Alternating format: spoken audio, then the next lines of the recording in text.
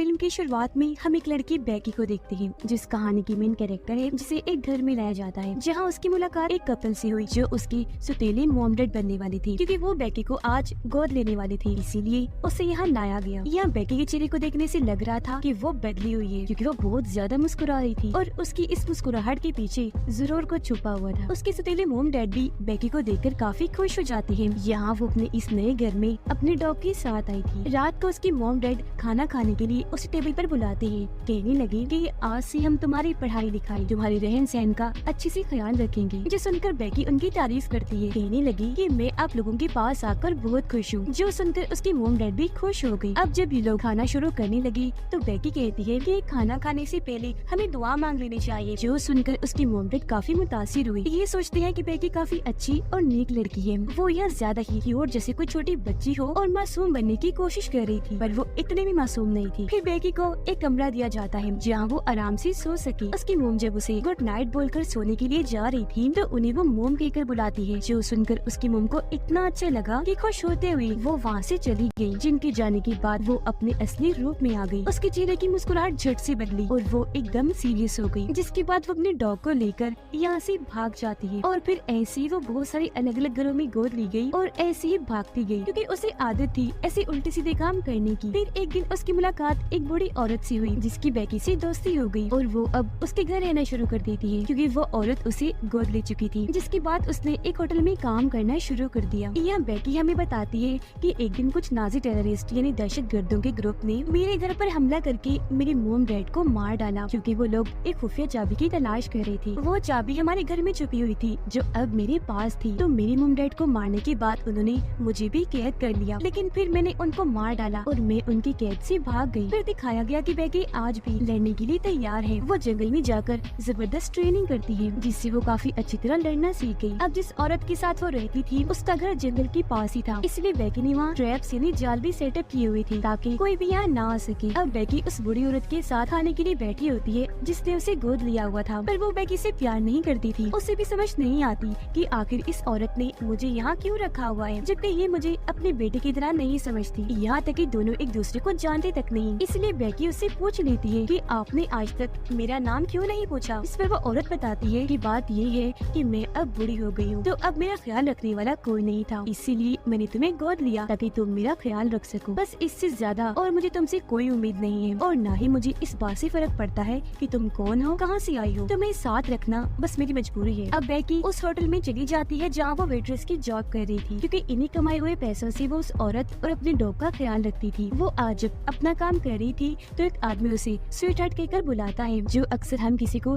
प्यार से कह देते हैं। जो सुनकर बेकी को अजीब लगा, इसलिए वो फौरन आदमी को कहती है, एक्सक्यूज मी, तमीज से बात करो, मेरा नाम बेकी है तो मुझे इसी नाम से बुलाओ। अब ये सुनकर आदमी को भी अपनी बेइज्जती लगी, इसीलिए वो बेकी को भी बुरा भला बोलने लगा। अब उसे तो इतना गुस्सा आ गया कि वो सोचती है काश कि मैं प्लेट लेकर इस आदमी का गला काट दूं, पर वो ऐसा नहीं कर सकती थी, तो अपने गुस्से पर कंट्रोल करके यहाँ से चली जाती है। घर आकर रात के वक्त उस औरत के साथ गेम खेलने लगती है और उससे पूछती है कि आखिर आप इतनी अकेली कैसे रह गई। तो वो औरत बताती है कि मेरे 4 भाई थे, जिनमें से 3 की मौत हो गई, पर जो एक भाई जिंदा है वो मुझे पूछता तक नहीं। जब मैं 9 साल की थी तो मेरी मॉम की मौत हो गई। फिर जैसे मैं 15 साल की हुई तो मैंने अपना घर छोड़ दिया, क्योंकि मेरे घर में बहुत लड़ाई झगड़े रहती थी, तो मैं ऐसे माहौल में नहीं रह सकती थी। वो ये बातें कर ही रही थी कि तभी रेडियो पर खबर आती है कि उनके शहर में एक टेररिस्ट ग्रुप घुस आया है, तो जरा अलर्ट रहिए, कुछ भी गड़बड़ लगे फौरन बताएं, क्योंकि वो टेररिस्ट ग्रुप गवर्नमेंट के खिलाफ साजिश करके यह तबाही मचाने आया है। अगले दिन हम एक गाड़ी में 3 लड़कों को देखते हैं जिनकी गाड़ी पर नाजी का झंडा लगा हुआ था। वो तीनों उस होटल में आकर रुकते हैं जहाँ बेकी काम किया करती थी। ये तीनों काफी बुरे थे, जो बेकी को ऑर्डर देकर उसके साथ मजाक करने लगते हैं, जैसे उसका मजाक बना रहे हो। फिर उन्होंने बेकी की मोम डैड के बारे में उल्टी सीधी बातें की, जो करके वो हंसने लगी। अब यहाँ भी उसे गुस्सा तो आ रहा था, पर वो खुद पर कंट्रोल रखती है। ऑर्डर देने के बाद जब वो टेबल पर बैठी थी तो बेकी उनकी बातें सुनने लगती है, जो डेरियल नाम के एक आदमी के बारे में बात कर रही थी, जिसने किसी खास मकसद के लिए इन तीनों को यहाँ बुलाया है, क्योंकि वो इन तीनों से अपना कोई काम लेना चाहता था। अब उनमें से जो सबसे बुरा था वो काफी बदतमीजी से कहता है कितनी देर हो गई है, जल्दी से ले आओ कॉफी। अब बेकी को गुस्सा तो इन पर पहले से ही था, ऊपर से उसे इसका बोलने का अंदाज पसंद नहीं आया, इसीलिए वो दोनों को कॉफी देने के बाद जानबूझकर कॉफी उस पर गिरा देती है, जिस बात से वो भड़क गया और बेकी को उल्टा सीधा बोलने लगता है। तब यहाँ उसे बुरा नहीं लगता, बल्कि वो ये कह देती है, ओह सॉरी सर, गलती हो गई, जानबूझ के नहीं किया मैंने। जो कहने के बाद वो यहाँ से चली गई और उसके मुँह पर हम एक अजीब सी मुस्कुराहट को नोटिस कर लेते हैं। अब वो बुरा इंसान जानता था कि बेकी ने ये जानबूझ के किया ताकि हमसे बदला ले सके। हमने उसकी इतनी बेइज्जती जो की थी, इसलिए वो होटल के बाहर रुककर उसकी छुट्टी का इंतजार करने लगी ताकि उसे सबक सिखा सके। अब जब बेकी को छुट्टी हुई तो वो अपनी साइकिल लेकर घर जाने लगती है और वो तीनों जब उसे जाता हुआ देखते हैं तो उसका पीछे करने लगी। अब रात के वक्त बेकी हाथ में नाजी की चाबी लेकर उसको देखने लगती है। जब सोने की तैयारी कर रही थी तो अचानक घर में कांच टूटने की आवाज आती है। ऐसा लग रहा था जैसे कोई खिड़की तोड़कर अंदर घुस आया हो। आवाज सुनकर वो नीचे चेक करने आई, पर वहाँ तो कोई भी नहीं था। लेकिन इतनी ही देर में पीछे से वो बुरा आदमी आकर उसे दबोच लेता है, जोर से उसका मुंह पकड़ लेता है। अपने बचाव में बेकी पीछे की तरफ अपना सर मारती है जो उस आदमी की नाक पर लगा, जिससे उसका खून बहने लगता है। फिर दूसरा लड़का उस पर गन तान के कहता है कि शांत खड़ी रहो, कोई होशियारी करने की जरूरत नहीं है। ये देखकर बेकी का डॉग उस पर हमला करने के लिए आगे आया, लेकिन वो उसे बेसबॉल बैट से मार मार कर बेहोश कर देता है। जिसके बाद वो बेकी पर गन तान कर उसे परेशान करने लगते हैं, कहते हैं कि आज अपना बदला लेकर ही जाएंगे। पर तभी पीछे से वो बूढ़ी औरत गन लेकर आ गई, जो उन पर तान कर कहती है कि अपनी गन नीचे रखो और मेरा घर छोड़ो, दफा हो जाओ यहाँ से। ये सुनकर वो लड़का गन नीचे रख देता है, लेकिन जो सबसे बुरा आदमी था उसे बहुत गुस्सा था, इसीलिए वो गन उठाकर बूढ़ी औरत को शूट करके जान से मार डालता है। ये देखकर बेकी काफी घबरा गई, जोर से चिल्लाने लगती है और उन लोगों पर हमला करने के लिए फौरन उठी, लेकिन वो बुरा आदमी उसे थप्पड़ मारकर साइड में धक्का देता है। बेकी एक जगह पर टकराई और नीचे गिरकर बेहोश हो जाती है। अगली सुबह जब उसकी आँख खुली तो वो बूढ़ी औरत को मरा हुआ देखकर काफी दुखी हो जाती है, क्योंकि वो एक अच्छी औरत थी जिसने इतने अरसे से बेकी को अपने घर में रखा हुआ था। यह बेकी को अपने डैड का ख्याल आया कि वो भी मेरा ऐसे ख्याल रखती थी जैसे इस औरत ने रखा, लेकिन फिर उन टेररिस्ट ने डैड को मार दिया, जिससे आज वो बुरे लोग इस औरत को मारकर चले गए। तभी बेकी को अपने डॉग का ख्याल आया, इसलिए वो बाहर आकर डॉग को आवाज लगाने लगी, पर उसे पता चला कि वो लोग तो उसे अपने साथ ले गए हैं, जिससे उसे बहुत गुस्सा आया और अब वो और जोर से चिल्लाती है और उन लोगों से बदला लेने का सोचती है। उधर वो तीनों डेरियल के घर पहुँचे, जिसने इन्हें एक काम के लिए बुलाया था। अब इन तीन लड़कों में एक लड़का अच्छा था जो इस तरह के कामों से दूर ही था, बस इनका दोस्त होने की वजह से इनके साथ रहता था, यानी वो शरीफ था। इनसे कहता है कि तुमने जो कुछ भी किया बहुत गलत किया, तुमने छोटी सी बात पर उस औरत की जान ले ली और अब भुगतना पड़ेगा, क्योंकि मुझे नजर आ रहा है कि इसका अंजाम बहुत बुरा होगा। ये सुनकर वो बुरा आदमी उसे गले से पकड़कर कहने लगा कि सिर्फ मैंने ही नहीं बल्कि हम तीनों ने मिलकर मारा है उसे, समझ आई? तो हम तीनों बराबर के कसूरवार हैं और अब तुम दोनों अपना मुंह बंद रखना, यहाँ तक कि डेरिल को भी कुछ न बताना, वरना तुम लोगों के साथ भी अच्छा नहीं होगा। मुझे तो वो मारेगा ही, साथ में तुम दोनों को भी नहीं छोड़ेगा। बेकी बूढ़ी औरत के कमरे में जाकर उसका सामान चेक करने लगी। बेकी को उसकी कुछ तस्वीरें मिली जिनमें वो अपने हस्बैंड और भाइयों के साथ थी। ये सामान देखकर उसे औरत के लिए और बुरा लगा। वो उसकी लाश को अपने घर के पिछले हिस्से में ही दफना देती है। उसकी कब्र पर फूल चढ़ाने के बाद वो यहाँ कसम खा लेती है कि मैं इसकी मौत का बदला अब लेकर ही रहूंगी। वो अपने कुछ ट्रैप्स इन्हें जाल तैयार करती है उन बुरे लोगों को उसमें फंसाने के लिए, ताकि वो उन्हें सबक सिखा सके। जिसके बाद लाल रंग के कपड़े पहन लेती है क्योंकि ये उसका पसंदीदा रंग था और दोबारा से अपनी प्रैक्टिस करने लगती है। वो यहाँ डेरियल के बारे में सर्च करती है कि वो कहाँ रहता है, क्योंकि वो तीनों डेरियल के बारे में ही बात कर रही थी। जहाँ उसे पता चला कि शहर में डेरियल नाम के बस 2 ही लोग रहते हैं, इसीलिए पहले वाले के पास जाती है जहाँ उसे एक बड़ी औरत मिली। बेकी उसे पूछती है कि आपका नाम डेरियल है? इस पर वो जवाब देती है कि हाँ मैं डेरियल ही हूँ, पर तुम्हें क्या काम है मुझसे? बेकी पूछती है कि आपसे 3 लोग मिलने आए हैं? इस पर वो कहती है कि नहीं, 3 लोग तो क्या, मुझसे तो कभी एक इंसान मिलने तक नहीं आया, मैं यहाँ बिल्कुल अकेली रहती हूँ। ये सुनकर बेकी समझ जाती है तो फिर जरूर वो दूसरा डेरियल होगा। जब भी उसके घर के पास पहुंची तो वो झील किनारे था और जब उसकी नजर ऊपर गई तो वहाँ नाजी का झंडा देख लेती है और समझ गई कि ये असली डेरियल है, क्योंकि उसे यकीन हो गया था कि नाजी टेररिस्ट है। इसीलिए वो उनके घर के चारों तरफ ट्रैप्स लगाने लगती है। उसका अंदाजा बिल्कुल सच था, क्योंकि इस घर में हम डेरियल को देखते हैं जहाँ वो अपने लोगों के साथ था। वो और उसके लोग क्योंकि टेररिस्ट है तो काफी खतरनाक थे। यहाँ डेरियल के साथ वो तीनों भी बैठे हुए थे। डेरियल उनसे कहता है कि पहले खाना खाएंगे फिर बाद में बात करेंगे, जिस पर वो लोग उसके हाँ में हाँ मिलाते हैं। डेरियल उन्हें खाना देता है और वो सब खूब मजे से खाना खाते हैं। यहाँ वो नोटिस करता है कि जो शरीफ लड़का था वो काफी परेशान लग रहा था और वो खाना भी नहीं खा रहा था। तब डैनियल उससे पूछता है, क्या बात है भाई, खाना क्यों नहीं खा रहे, कि तुम्हें भूख नहीं लगी? इस पर वो कहता है, नहीं नहीं कुछ नहीं, वो बस मेरा दिल ही नहीं कर रहा कुछ खाने को। यहाँ वो सारे लोग डैनियल को सर कह के बुलाते हैं। इस पर वो जवाब देता है कि मैं कोई सर्वर नहीं हूँ, बल्कि मैं एक शरीफ आदमी हूँ, और कैसा शरीफ ये तुम लोग जानते ही हो। उसकी इस बात से यह साबित हो गया कि ये टेररिस्ट ग्रुप है जो यहाँ गवर्नमेंट के खिलाफ साजिश करके कुछ बड़ा करने आए हैं, और डैनियल इन सब का लीडर है। अब यहाँ डैनियल बेकी के डॉग को देखता है जिसे इन लोगों ने पिंजरे में बंद करके रखा था। तो वो उन तीनों से पूछता है कि इस डॉग को यहाँ क्यों लाई हो, क्या कहानी है इसकी। इस पर वो बुरा आदमी बताता है कि ये डॉग एक लड़की का है जिससे बदला लेने के लिए हम उसके डॉग को यहाँ ले आए हैं, ताकि उसे सबक सिखा सके कि उसे हम लोगों से नहीं उलझना चाहिए था। अब बेकी इनके घर के पास आ गई थी, जो छुपकर इनकी बातें बड़े गौर से सुन रही होती है। वो भी पिछले रास्ते से जाकर एक कमरे के पास आ गई, जिसकी खिड़की खोलकर वो अंदर दाखिल हो जाती है। टेबल पर पड़ी वो बहुत सारी फाइल्स को देखती है, जिन्हें देखकर उसके होश उड़ जाते हैं, क्योंकि उसे पता चल गया था कि ये टेररिस्ट ग्रुप यहाँ पर धमाके करने आए हैं। तो वो उन फाइल्स की तस्वीरें बनाकर और भी छानबीन करने लगती है। अब शरीफ लड़का जब वॉशरूम में जा रहा था तो डैनियल भी उसके पीछे जाने लगता है। एक जगह रोकर उसे कहता है कि मैं जानता हूँ तुम लोग मुझसे कुछ छुपा रहे हो, इसीलिए अब मुझे सच बताओ कि तुम लोगों के साथ क्या हुआ और तुमने ऐसा क्या किया जो तुम मुझसे छुपा रहे हो। इस पर वो फिर से मना कर देता है कि नहीं कुछ भी नहीं है ऐसा वैसा। जिसके बाद डैनियल उसे अपने साथ कमरे में ले जाने लगा, और क्योंकि बेकी उसी कमरे में थी इसीलिए उनकी आने की आवाज सुनकर जल्दी से बेड के नीचे छुप जाती है। डैनियल उसे वो फाइल सिखाकर अपना प्लान बताता है। फिर लैपटॉप में एक पेन ड्राइव लगाकर उसे खुफिया जानकारी देता है कि हमें ऊपर से ये ऑर्डर्स मिले हैं कि इस जानकारी को शहर के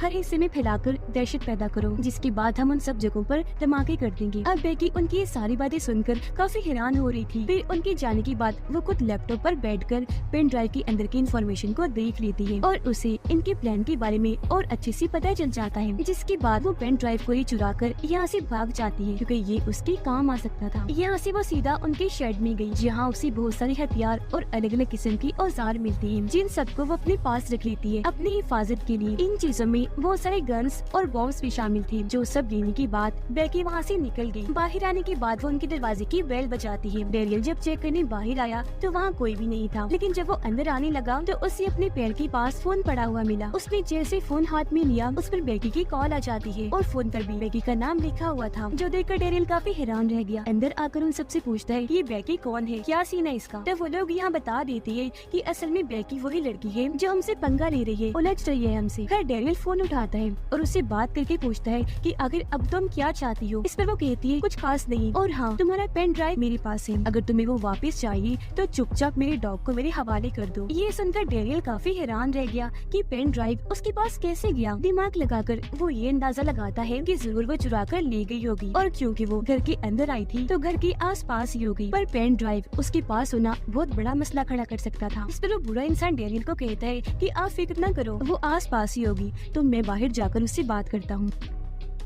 वो जब बाहर आया तो उसे बेकी दिख गई, जिसका वो पीछे करने लगता है। फिर उस पर पीछे से गन तान कर कहता है कि तुम जानती नहीं हम कौन लोग हैं और तुम किन लोगों से उलझ रही हो। ये कहकर वो जैसे एक कदम आगे बढ़ाता है, बेकी की ट्रैप में फंसकर सीधा एक गड्ढे में जाकर गिरता है। उसकी गन बाहर ही रह गई, जिसे उठाकर वो उसकी तरफ ही तान देती है। अब वो किसी तरह उसके पास पहुंचकर टेप से उसका मुंह बांध देती है और टेप के जरिए ही मुंह में बॉम्ब चिपका देती है। बॉम्ब की पिन को धागे से बांधकर उन लोगों के दरवाजे से बांध देती है। इसके बाद उसने दरवाजा खटखटाया, जिस वजह से डैनियल बाहर आया। अब जैसे दरवाजा खुला, धागा खींचने से बॉम्ब की पिन निकल गई, जिससे उस बुरे आदमी का सर बॉम्ब के साथ वहीं फट गया और ऐसे उसकी इतनी बुरी मौत हो जाती है। ये देखकर डैनियल और उसके साथी काफी हैरान रह जाते हैं, क्योंकि समझ गई थी कि बेकी कोई आम लड़की नहीं है, बल्कि बहुत ही खतरनाक है और उसके इरादे उससे भी ज्यादा खतरनाक। उसके पास मास्टरमाइंड है और अपने दिमाग का ऐसे इस्तेमाल करके इस तरह उसने उनके साथी को मार दिया। अब जाहिर है वो इनके लिए भी खतरा थी, तो ये लोग समझ जाते हैं कि अब उसका जिंदा रहना ठीक नहीं। पर इस वजह से डैनियल को गुस्सा आ गया। वो बचे हुए दोनों लोगों पर गन तान के पूछता है कि अब मुझे सच सच बताओ कि तुम लोगों ने और क्या क्या किया कि वो लड़की बदला लेने के लिए यहाँ तक आ गई, जो हमारी सरों पर मौत की तरह मंडला रही है। इस पर वो शरीफ लड़का यहाँ सारी बात सच सच बता ही देता है। कहने लगा कि मेरे इन दो साथियों ने बूढ़ी औरत को मार दिया, जो शायद बेकी की दादी थी, इसीलिए वो यहाँ आई उनकी मौत का बदला लेने के लिए। आगे वो कहता है कि अब मैं यहाँ से बाहर जा रहा हूँ ताकि सारी बात पुलिस को बता दूँ, क्योंकि जो इन्होंने उस बूढ़ी औरत के साथ किया सच में बहुत पागल था। हालांकि वो सारे लोग उसे ऐसा करने से मना कर रहे थे, पर वो किसी की भी सुनने को तैयार नहीं था। ये देखकर डेरियल का दिमाग खराब हो गया, इसलिए उसके पास जाकर उसका सर मरोड़ देता है, जिससे उसकी गर्दन की हड्डी टूट गई और वहीं उसकी मौत हो जाती है। अब बेकी दोबारा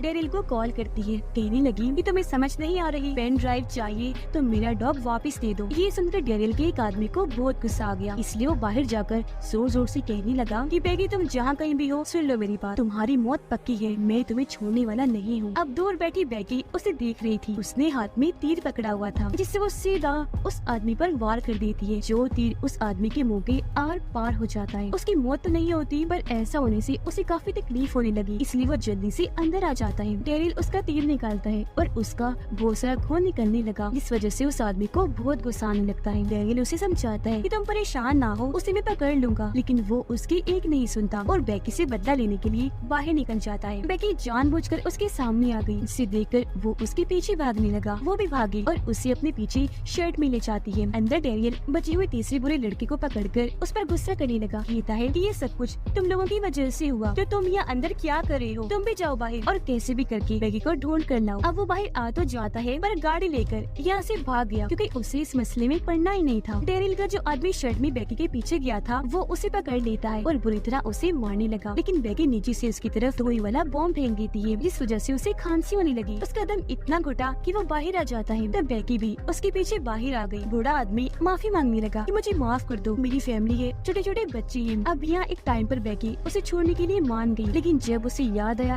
कि ये तो नाजी हैं, जिन्होंने मेरी फैमिली को नहीं बख्शा था, मेरी मॉम डैड को मार दिया, तो आज इसकी फैमिली के लिए मुझे भी इस पर तरस खाना नहीं चाहिए। जो सोचकर वो खंजर से उस आदमी पर हमला करती है और बार बार उस पर वार करके कई टुकड़े कर देती है और ऐसे उसकी बहुत भयानक मौत हो जाती है। उसका सारा खून बेकी के ऊपर गिरा और वो पूरे खून से लथपथ हो गई। उसे मारकर वो खुश हो ही रही थी कि तभी सामने से उसे एक इंजेक्शन आकर लग जाता है, जिससे वो बेहोश हो गई। जब उसकी आंखें खुली तो वो खुद को कुर्सी से बंधा हुआ पाती है, जिसके सामने डेरियल बैठा था। वो उसे कहता है, तुम जानती नहीं हम कौन हैं, तुमने गलत इंसान से पंगा ले लिया है। जो कहकर वो बेकी को उसका सारा सामान दिखाता है जो वो तैयारी करके आई थी और कहता है कि अगर तुम बता दो कि पेन ड्राइव कहाँ है तो मैं तुम्हें और तुम्हारे डॉग को छोड़ दूंगा। इस पर बेकी कहती है कि नहीं बताऊंगी, तुम एक टेररिस्ट हो तो मैं तुम्हारी मदद क्यों करूँ।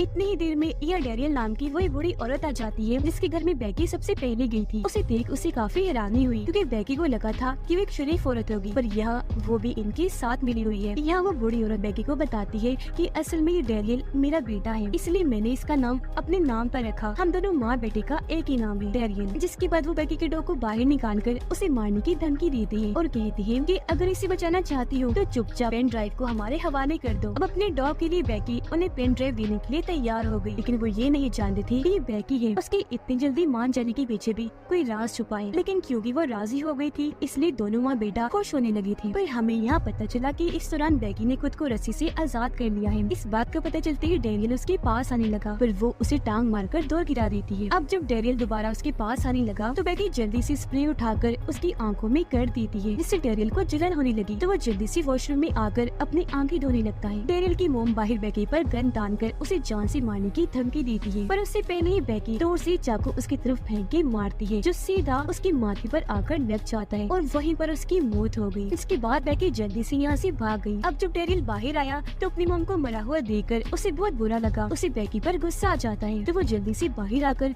उसके पीछे भागने लगता है और बार बार गन से उसे शूट कर रहा था। पर एक जगह पर आकर बेकी रुक जाती है, क्योंकि वो कुछ सोच रही थी। डेरियल उसे कहता है, बस अब तुम्हारा खेल खत्म, बचकर कहाँ जाओगी, मैं अभी यहीं पर तुझे मार डालूंगा। ये कहकर वो जैसे कदम आगे बढ़ाता है तो उसका पैर एक ट्रैप में फंस गया, जिससे उसे इतनी दर्द हुई कि वो जोर से चिल्लाने लगता है। हड़बड़ी में वो जैसे दूसरा कदम आगे बढ़ाता है तो उसका वो पैर भी ट्रैप में फंस जाता है। इससे वो बेकाबू हो गया और फौरन नीचे गिर जाता है, पर नीचे भी उसका सर एक और ट्रैप में फंस गया और अब यहाँ वो पूरी तरह ट्रैप्स में फंसा हुआ था, जरा भी नहीं हिल सकता था। वो काफी जख्मी हो गया था, मरने ही वाला था कि बेकी से कहता है कि तुम मेरे जैसे इतने बड़े टेररिस्ट को भी नहीं छोड़ सकी, मान गया तुम्हें और तुमने सारे ट्रैप्स बहुत अच्छे से सेटअप किए, जो कहकर उसकी मौत हो गई। जिसके बाद बेकी उसके घर के अंदर जाती है अपने डॉग को छुड़वाने के लिए, पर यहाँ डैनियल की मॉम जिंदा थी क्योंकि सर पर वार करने से वो बच गई थी। उसे जिंदा देखकर बेकी अपने डॉग को हुक्म देती है कि जाओ और इस औरत को खा जाओ। डॉग ने ऐसे किया, वो जाकर उस औरत पर झपट पड़ा, जो देखकर बेकी यहाँ अपने डॉग की तारीफ करने लगी। इसके बाद 24 घंटे ऐसे गुजर गए। पुलिस को इस सारे हादसे की जब खबर हुई तो वो बेकी को पकड़ लेते हैं, जिसके बाद उसे एक ऑफिसर के सामने पेश किया जाता है, जो उससे सवाल करती है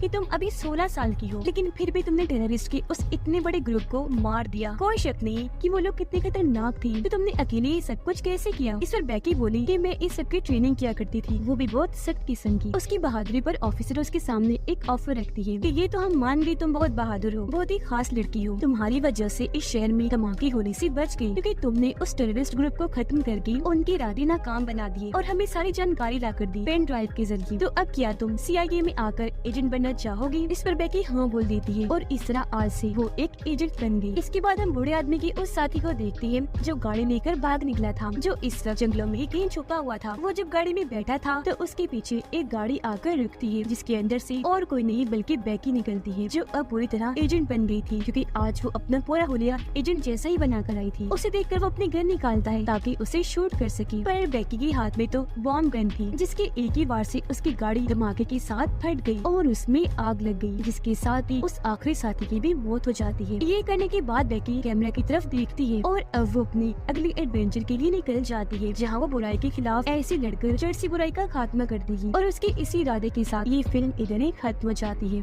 Let's go. Yeah.